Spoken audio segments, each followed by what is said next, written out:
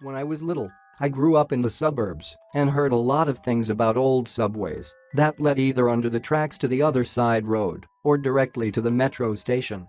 He says there are a lot of people there during the day, and so it is almost impossible for us to be unpleasantly surprised by something, but unfortunately fate does not choose. It's not so that the underpasses would be somehow different from other underground installations, but the way they are built and their location guide you at least it once made you think about what you could do if you were there lost your child or your sibling. Underpasses were rare illuminated, and when you entered one, you researched what was happening may hide behind the first aisle. In short, it is necessary to summarize these rationally oval facts because whatever experience you have, the underpasses are without exception scary places and also extremely dangerous.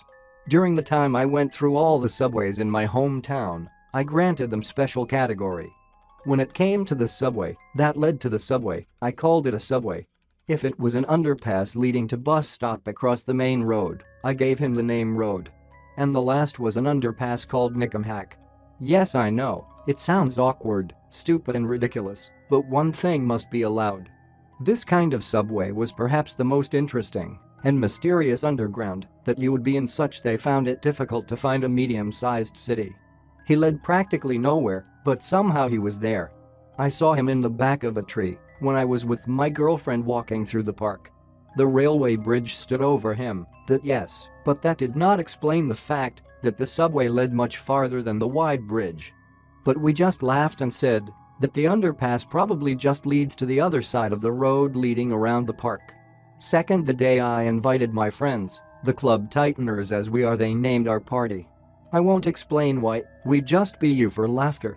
We played games, drank beer and had a good time. It didn't seem that they would be too drunk, so I deliberately asked out of curiosity if they don't know where the subway in the park leads, but they told me surprisingly they have not the slightest guess. But when one of our friends over it, Fred, thinking a little more, said to me, actually, I don't even know there's an underpass in the park. What do you mean? Before you went to the park with Sandra, hadn't you had a drink before? Not why?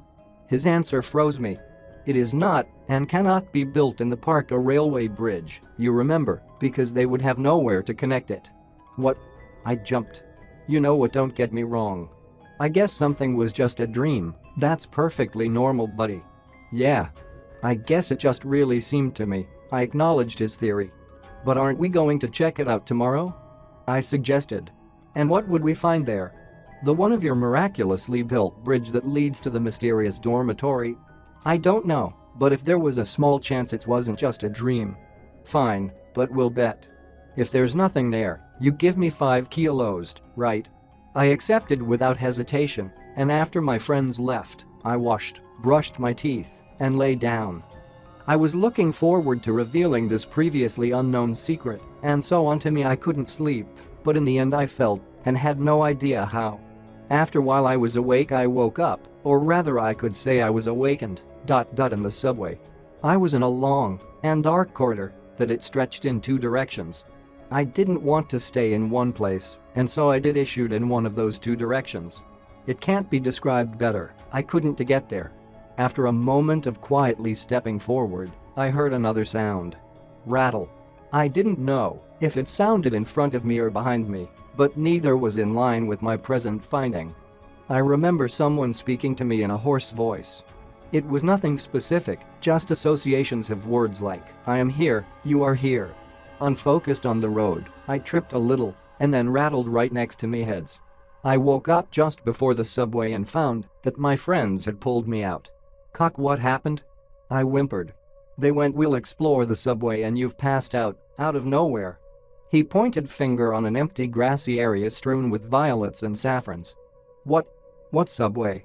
I looked at him confused. The other 3 the boys stood 3 meters from us and also stared incomprehensibly at the grassy one area. Where the fuck is it? Where is it? I asked. That subway, are you kidding me, did you just drag me here for? But then I realized something. Something occurred to me as I looked around. He knew I'm exactly what the place is.